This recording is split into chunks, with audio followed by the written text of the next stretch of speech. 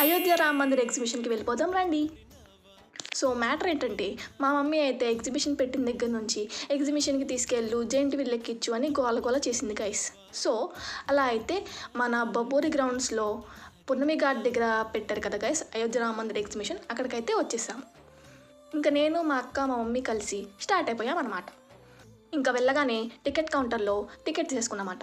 Ticket అయితే 100 rupees for person. వెళ్ళగానే లోపల అయోధ్య రామ మందిర్కి అయితే వెళ్ళిపోయాం. అదైతే లైటింగ్స్తో చాలా బాగుంది. అదంతా సెటప్ అనమాట, మొత్తం సెట్ చేసేసారు.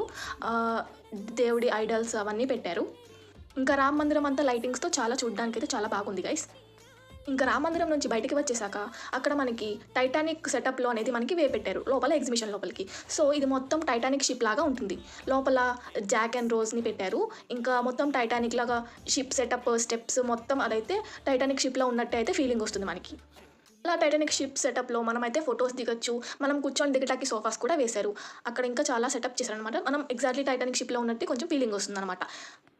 ఇంకా మనం ముందుకు వెళ్ళాక మనం స్టాల్స్లోకి అయితే ఎంటర్ అయిపోతాం. ఇక్కడైతే మనకి ఫుడ్ నుంచి ఇంకా మనకి క్లిప్స్, చైన్స్ ఇంకా అన్ని వెరైటీస్ అన్నీ అమ్ముతున్నారనమాట. సో స్టాల్స్లో బ్యాంగిల్స్ ఇంకా చాలా వెరైటీస్ అయితే ఉన్నాయి. ఇంకా మనం వచ్చింది జెయింట్ వీల్ ఎక్కడానికి కాబట్టి ఇంకా నెక్స్ట్ వెళ్ళగానే జెయింట్ వీల్లోకి టికెట్ తీసుకొని నేను మా మమ్మీ అయితే ఎక్కేసామన్నమాట. సో ఇంకా జెయింట్ వీల్ ఎక్కాక పైనుంచి వ్యూ చూడడానికి అయితే చాలా బాగుంది. అటు నుంచి పున్నమి ఘాట్, ఇటు నుంచి ఎగ్జిబిషన్ మొత్తం రామ మందిరం అంతా లైటింగ్స్తో చాలా బాగుంది. ఇంకా జెయింట్ వీల్ ఎక్కేసి అలా ఫుడ్ కౌంటర్లో కొన్ని ఫుడ్ ఐటమ్స్ ట్రై చేసేసాం. నేను మా అక్క కలిసి చిన్న చిన్న బొమ్మలు అయితే కొనుక్కున్నాం అనమాట. ఒకటి వచ్చేసి 100 రూపీస్ అంట. ఇంకా అలా బొమ్మతో ఆడుకుంటూ రిటర్న్ అయిపోయాం ఇంటికి.